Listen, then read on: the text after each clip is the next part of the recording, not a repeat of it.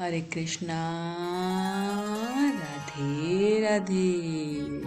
आप सभी का स्वागत है मेरे YouTube चैनल श्री राधा माधव रसामृत में। आज की वीडियो में हम श्रावण मास महात्म के अध्याय 20 का पाठ करेंगे। पिछले अध्याय में शिव जी ने सनत कुमार को श्रावण मास की दोनों पक्षों की एकादशियों के व्रतों का वर्णन किया था और साथ ही साथ विष्णु पवित्रारोपण की विधि भी बताई थी। आज के अध्याय में हम श्रावण मास में त्रयोदशी और चतुर्दशी को किए जाने वाले कृत्यों का वर्णन जानेंगे। तो आइए इस कथा को शुरू करते हैं। पर सबसे पहले हम प्रणाम करेंगे हमारे गणपति महाराज को।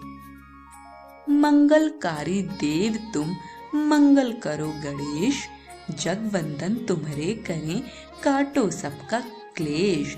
बोलो गणपति महाराज की जय। अब हम प्रणाम करेंगे हमारे गुरु महाराज की। ना तो घर की सुध है ना कोई रिश्तेदार, सेना सतगुरु साहिबा अलख जगत परिवार। बोलो गुरु महाराज की जय। जय भोलेनाथ, जय शिव शंकर। श्रावण मास में त्रयोदशी और चतुर्दशी को किए जाने वाले कृत्यों का वर्णन। ईश्वर बोले, हे सनत कुमार, अब मैं आपके समक्ष त्रयोदशी तिथि का कृत्य कहता हूँ। इस दिन 16 उपचारों से कामदेव का पूजन करना चाहिए। अशोक, मालती पुष्प, देवताओं को प्रिय कमल, कौस्तुभ तथा बकुल पुष्पों और अन्य प्रकार के भी सुगंधित पुष्पों, रक्त, अक्षत, पीले चंदन, शुभ सुगंधित द्रव्यों तथा पुष्टि प्रदान करने वाले तथा तेज की वृद्धि करने वाले अन्य पदार्थों से पूजन करना चाहिए। नैवेद्य और मुख के लिए रोचक तांबूल अर्पित करना चाहिए। तांबूल पान में चिकनी उत्तम सुपारी, खैर, चूना, जावित्री, जायफल, लवंग, इलायची, नारिकेल, बीज के छोटे टुकड़े, सोने तथा चांदी के पात्र, कपूर और केसर, इन पदार्थों को मिलाना चाहिए। मगध देश में उत्पन्न होने वाले श्वेत वर्ण पके हुए पुराने, दृढ़ तथा रसमय तांबूल शंबरासुर के शत्रु कामदेव की प्रसन्नता के लिए अर्पित करना चाहिए। उसके बाद मोम से बनाई गई बत्तियों से कामदेव का निराजन करें और पुनः पुष्पांजलि प्रदान करें। इसके बाद उनके नामों से प्रार्थना करें, जो इस प्रकार से हैं। समस्त उपमानों में सुंदर तथा भगवान का पुत्र प्रद्युम्न, मीनकेतन, कंदर्प, अनंग, मनमथ, मार, कामात्मम, संभूत, झषकेतु और मनोभव, कस्तूरी से सुशोभित जिनका वक्षस्थल आलिंगन के चिन्हों से अलंकृत है। हे पुष्प धनवन, हे शंबरासुर के शत्रु, हे कुसुमेश, हे रतिपति, हे मकर ध्वज, हे पंचेश, हे मदन, हे समर, हे सुंदर, देवताओं की सिद्धि के लिए आप शिव के द्वारा दग्ध हो गए। उसी कार्य से आप परोपकार की मर्यादा कहे जाते हैं। आपके दिग्विजय करने में वसंत की सहायता निमित्त मात्र है। इंद्र दिन रात आपका मनोरंजन करने में लगे रहते हैं, क्योंकि अपने पद से च्युत होने की शंका में वे तपस्वियों से भयभीत रहते हैं। आपके अतिरिक्त दृढ़ मन वाला कौन है जो शिव जी से विरोध कर सकता है? पर ब्रह्मानंद के समान आनंद देने वाला आपके अतिरिक्त दूसरा कौन है? तथा महामोहों की सेनाओं में आपके समान तेजस्वी कौन है?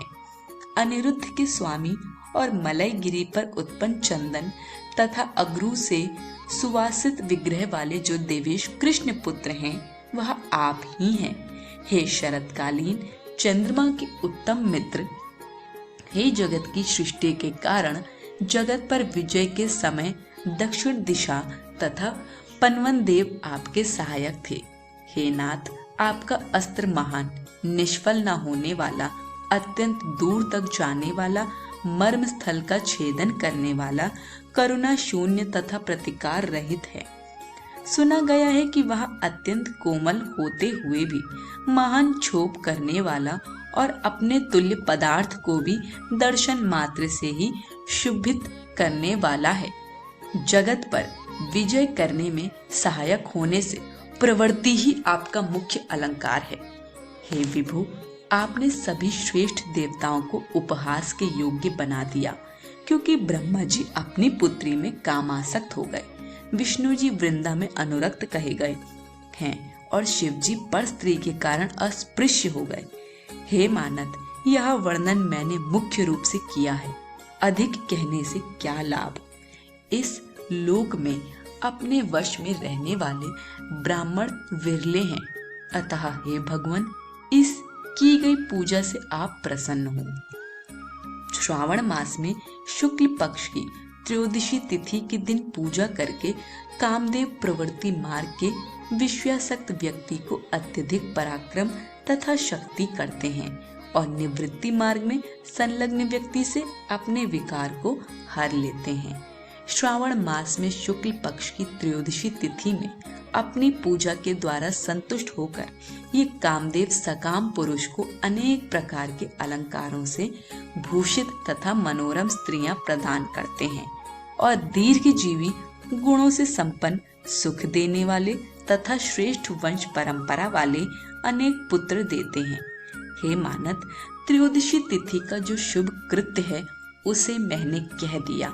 अब चतुर्दशी तिथि में जो करना चाहिए उसे सुनिए। अष्टमी को देवी का पवित्रारोपण करने को मैंने आपसे कहा है।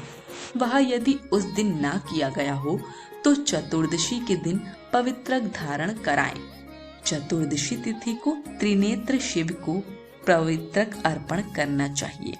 इसमें पवित्रक धारण कराने की विधि देवी तथा विष्णु जी की पवित्रक विधि के समान ही है, केवल प्रार्थना तथा नाम आदि में अंतर कर लेना चाहिए।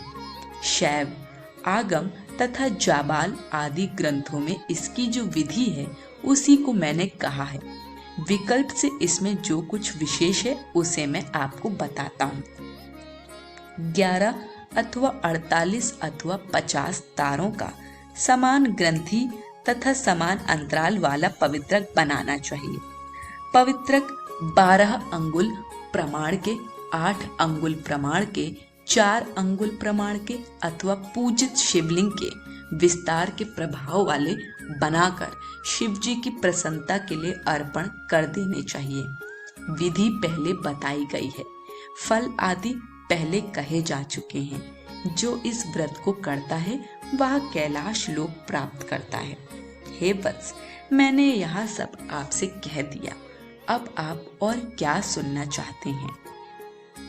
इस प्रकार श्री स्कंद पुराण के अंतर्गत ईश्वर सनत कुमार संवाद में श्रावण मास महात्म्य में त्रयोदशी चतुर्दशी कर्तव्य कथन नामक 20वां अध्याय पूर्ण हुआ।